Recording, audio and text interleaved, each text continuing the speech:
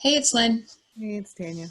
We are not doing video today because we really just have a quick message that we want to get out, and we're just kind of running around on the fly, so video is not an option today, but we will see you soon. I wanted to get a message out to clarify some of the points from the message that we put out about karmics a few days ago. There have been a lot of questions, and a lot of people have reached out regarding how they have been addressing their journey based on some of the stuff that I shared the other day. And I want to clarify some things. Number one, when I'm talking about connecting with the karmic, Tanya and I connect on a soul level with the karmics. We never ever reach out in 3D to any karmics, not our own, not anyone's. We never have. We do not recommend it. When I was talking about connecting to that karmic in the video, I was only using that as an illustration of a very rare moment because of the shift in energy on the twin side itself, because that's really what the goal is here. It's not anything having to do with the 3D. Tanya and I connect with karmics only for the purpose of assisting twins that are having issue with dark. In certain scenarios, we do see the karmics a lot, like I was mentioning, because when we are stopping dark attacks that they're doing with intent, we have to connect with them in order to bring them to retribution for the sole purpose of shutting down their ability so that they can no longer push dark intent to anyone. That's the only reason. The very rare scenario I was talking about the other day, the only reason the karmic was there was because I was working with the DF on something that she was trying to get past, and I asked God specifically, what do we need to do in order for her to get past this? And all of a sudden the karmic's in my face. So that was something that I was guided to do. And when I went into it, I listened, and I didn't invade her privacy or her space. I only asked her how she was doing and what I could do to help. With all the karmics, we're supposed to have unconditional love, acceptance, compassion. It's just that simple. We have it for everybody else. And then once you reach the place of being able to do that for the karmic, you know that you have reached a point in mastery that surpasses anything in your journey, because most of these karmics are put there for nothing but sending dark. And if you can, and once you can actually look over what they have done, to be able to send them this kind of compassion energetically. This is not meaning just reaching out to them in the 3D. No. Because that's going to backfire. It's not a good idea all the way around, because 3D does not matter. It just doesn't. It doesn't matter. And not only that, it's invasive. It's really not our concern. You need to have trust in your DM and trust in this whole process enough to, and I mean, love for him. I mean, just basic love and respect for him enough to not violate his privacy. Mm-hmm. So one of the reasons that I said to go ahead and ask the karmic what you can do for them or how you can help them was because a lot of the twins that we work with when we're fighting the dark karmic attacks off of the DM and the DF is that the karmic is actually showing up. Either they're threatening them or calling them or reaching out in the 3D, or they're showing up with dark in their dream space, or they're showing up on the soul level and they're violating the DF's energy. So in that scenario, if the karmic approaches you, then this is how we're saying to respond to that. To respond to them with grace and compassion, respond to them with, what can I do to help you? And basically just be there to listen and be supportive, and that's it. Well, most of the time, I've seen this with multiple karmics, just like Lynn has. These karmics are scrambling to hold on to a life they've known for however many years. If they're in the DM's life and they're married and they have kids or whatever the scenario, they're there and they're trying to hold on, because some of these, they don't know anything else. So they see the DFs coming in to take over basically what they see as theirs. They don't know anything outside of it, and they get terrified. I mean, come on, let's be honest. If any of us were going through that, we would feel the exact same way. Yeah. That's kind of where you have to move into the mindset of the compassion, because as angelics, that's pretty much what we do. We have a neutral standpoint to everything and everyone. That's where you know that the mastery part comes in on the compassion, when you can look at every single person and see the reason that they're doing something and actually go, okay, I can see why this person is doing this. Whether it Mm-hmm. makes sense to you or not, it doesn't really matter. The whole idea for the karmic situation is for us to reach mastery to begin with, because we have to have all of these things, all of these barriers, all of these buttons that were being pushed for us to reach the point where we love unconditionally everyone the same. So really the whole idea for this whole video that I put out the other day was because there's so much animosity coming from the DFs towards the karmics that doesn't need to exist. Mm-hmm. I mean, I understand you guys have been through hell. In the comments, people are like, I'm not giving her anything. She's run me through the ringer and all this stuff. And it's like, well, it doesn't matter what she's done No. to you. The energy of this animosity is the whole reason that you have to move into the unconditional love, because it's hurting yourself. It's preventing yourself from reaching mastery. It's crippling your DM on multiple levels. Mm-hmm. And it is preventing the karmic from being in her place, her best place as well. Everybody has their path. But this animosity that's, most of it's coming from the DF, is like this poison that's moving through the whole twinship and through the karmic, and it just needs to go. So the whole reason we were talking about this scene from the Notebook with Allie and Martha, it wasn't the scenario of the DF is in the house now and now the karmic's there and she's supposed to be nice about it. That's not it at all. The whole idea from that was the kindness and the compassion and the graciousness that Allie was extending towards the karmic in any scenario. Because some karmics are gone, some karmics are not gone. Their karmics can be something else. It can be a job, it can be a group of friends, it can be even in-laws or family members. It could be your own family. So it doesn't matter what it is, but the animosity towards whatever it is that you perceive as keeping you away from your twin needs to be flipped into a space of grace and compassion and unconditional love. Well, it's like this. I know that there is some questions, I guess, around mastery. That's what Team's kind of saying right now. Is there's some blocks to this, because you think you do. Every one of us thinks we handle everyone with complete unconditional love. But there is a specific type of barrier there when it comes to the karmics. Because if your twin, you're able to forgive your twin. You're able to forgive even family members. The true test of mastery is the karmic, because the karmic has done so much in your eyes. But as humans, we look for somewhere to place the blame.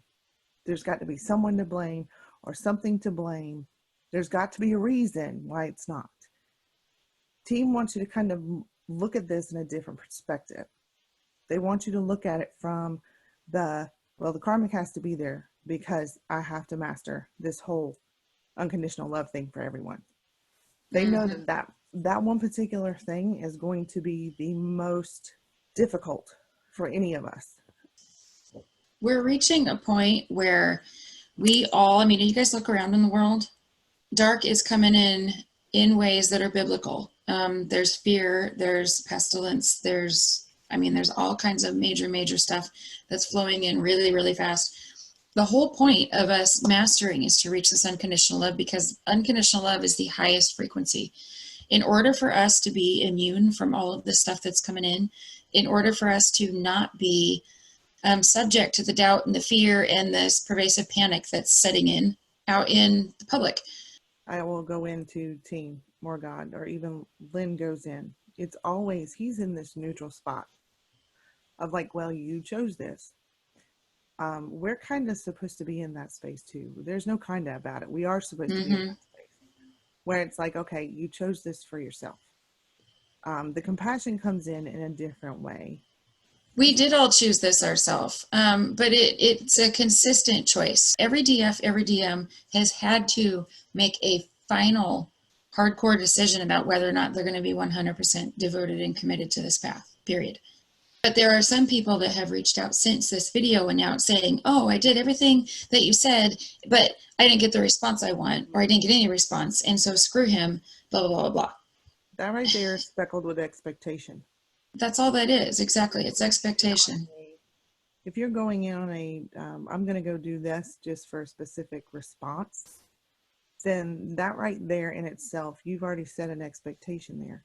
The whole thing is it's almost like there's a place that you reach in this mastery where it's going to be like a second nature. You're not just going to do it because someone's telling you this is the way to get into union. That's not what this is about. Mm-mm. This is when you legit can hit the mindset and you actually can look at this person as another person who has Been through hell themselves. they have, because most don't let the outward appearance fool you. They're going to have their own retribution, and it's not up to you to give it to them.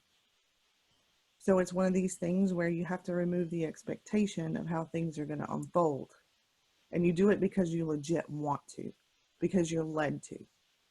It's almost like forgiveness. You can say you forgive someone all you want, but until you actually let it go to forgive, then it's still there. I'll tell you what, when I reached this place where I unconditionally love all the karmics and everybody that's ever, tried to step in my way and be a barrier along my own path, was out of love for my twin, to be honest.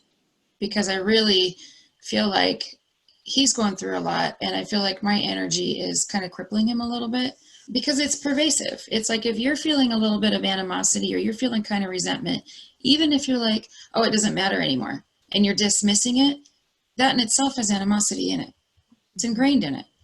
And it's not helping anybody, because if you even have any traces of that in your own energy, your twin is replicating it, because they mirror everything in a second. If you're also feeling this energy every time the karmic comes up, or it's mentioned, or you think about it, or it's you're reminded in some way, then that energy goes to the karmic as well. So the idea is not to have any expectations. It's not about expectations at all. It's about releasing that energy, that animosity energy from yourself, so that you can release it from everyone. So when I was talking about how when you reach that place, you don't even just turn a corner, you walk out the door and into a whole new house. It's because you're shifting the energy for everybody involved when you're doing that. It's not about getting a phone call or a text or an invitation or news or anything like that at all. It's in itself. You're making progress in your journey because you're helping yourself reach mastery.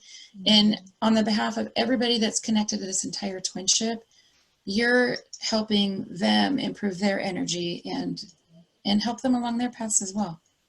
Team brought up something to Lin a while back through me. Team said, well, think of the worst thing he's ever done to you. The one thing he's ever done that has been the most hurtful to you. And so Lin thought about it. Took me like half a second. I knew exactly what that was. Yeah. And I asked her, I was like, okay, so how do you feel about it now? And she's like, I feel nothing. That's how she knew she was over it. It was already water under the bridge, and it was no longer important. It's kind of the way you're going to end up feeling about the karmic when it comes to something like that. You're going to be over it. There's no animosity. You're just kind of like, it happened. Let's move on. Or you can get to a place where you look at it like, I can see why it needed to be that way. I get it. Mm-hmm. We have all had a piece in this. Everybody had a job to do. Yeah. That's all it is. So if you're looking for some kind of outcome to reaching this place, the outcome is the releasing of it in yourself. It is amazing to feel that, because you just look at everything differently. When you release it in you, then your twin doesn't feel it anymore. So it opens their energy up, clears all of that out in them. So it helps them move through what they've got to move through without being weighed down with that. And then it helps the karmic, because if you don't think the karmic can feel negative energy coming towards them or about them, they do. And it helps to help them move through their life and their path wherever they're supposed to be, or whatever they're supposed to do, whatever that is. You're helping everybody master. That's huge, because this is one of the hardest places to get in the whole journey. Because reaching love for the karmic. This is partially what comes with surrender. You're not just surrendering your twinship. You're not just surrendering your twin. You're surrendering all of it. The karmic too. Like you're surrendering it all up to God. Like, you know what's best for me. You put me here. You know what lessons I'm supposed to learn. Yada, yada, yada. This is what they mean by surrender. It's reaching this point of peace within your own self. You're not Mm-hmm. holding any negative crap for anybody, because not even the karmic, because it just doesn't matter. You know the end goal. The end goal is the growth, the soul growth that you have inside of yourself. Then it's like your twin reaches that point too, because every time you master, you're pushing them towards mastery too. Mm-hmm. That's the way this works. It's a back and forth kind of thing. But when you know you truly mastered it is when every single time you're getting tested with the karmic or whatever you're being tested with, it doesn't feel like a test anymore. It doesn't You feel like just, you're pulling your hair out or pulling your teeth out and going through all this pain. You just move through it. yeah.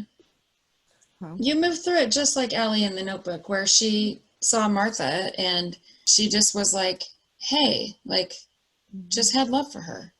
That's why I kept saying that was the most beautiful thing, because it wouldn't have mattered where they were or what scenario they were in. That's the way it was. So if you've got a karmic coming to you in your dream space, we've got a lot of people that still have dark karmics coming at them because they haven't cleared their dark off, and so it's still going to continue until you do. If the karmic is showing up, that's the way you're supposed to be. Even if she's trying to attack you, that's the way you're supposed to be. So, and it, you know what it does? It really does take the venom out of them, because it's kind of hard to attack somebody that's loving you. Mm-hmm. It basically takes the wind right out of their sails. They don't have a leg to stand on anymore, because it's kind of like, you think about it. If you're standing there and someone's yelling and screaming at you and you're like, I understand, and you're smiling at them, they kind of lose momentum. They can't do it anymore because they just look like a jerk standing there screaming at you. Yeah. So when I was saying send love and send good energy to the karmic, just send the energy. Don't invade their energy. Don't go read them. Don't hop into them on the soul level. And don't reach out to them in 3D. I'm talking about every time the thought of the karmic comes through your head, just send them understanding. It's okay. It's all good. I gotcha. That's it. That's all I'm talking about. Don't go out of your way to go, oh, I'm going to send her love. I'm going to do all this stuff. Send energy like you would to anybody else. Instead of sending animosity and the karmic comes up, just think about the karmic and go, it's okay, I understand. You did your job. It's all good. And then rock on with your day. Don't dip into their energy. Don't dip into their space. Don't contact them. And if they reach out to you, just tell them it's all good. I got no beef. Or just don't even respond at all. Anyway, that's all we really wanted to share. I hope everybody understands. I hope this clarified some things for a lot of you. And we will be around, so stick around. If you're really struggling with something and you need some help, we do have a scheduling link in the description box below. But you guys can all do this. All twins can master this. This is what we're here for. Because once we have mastered, we are in a place of unconditional love. We're vibing high like we need to, and that's why we're here. I think that's all we really wanted to say. I hope that helped, and we will see you soon. Bye.